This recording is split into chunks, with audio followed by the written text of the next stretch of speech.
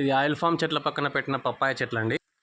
Papaya చెట్లకి మనం సపరేట్గా వీటికి మెయింటైన్ చేయాల్సిన అవసరం లేదండి. జస్ట్ ఆయిల్ ఫామ్ చెట్టు దగ్గరలో చుట్టుపక్కల ప్లేస్ ఉంది కదండి, దాని పక్కనే పెట్టేశాము. మిగిలిన ఖాళీ ప్లేస్లో బంతి పెట్టామండి. మీకు కనిపిస్తుంది చూడండి కింద.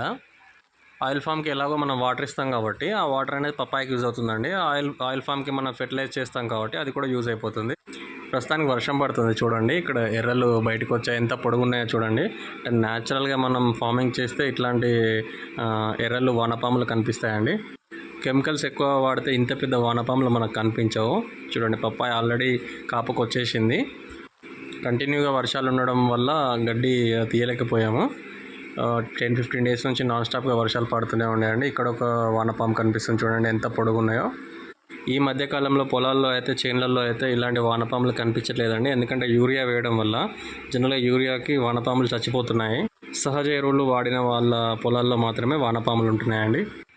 చెట్ల మధ్యలో రేజ్డ్ బెడ్ చేసామండి. దానివల్ల వర్షాలు కంటిన్యూగా పడడం వల్ల గడ్డి వచ్చేసింది.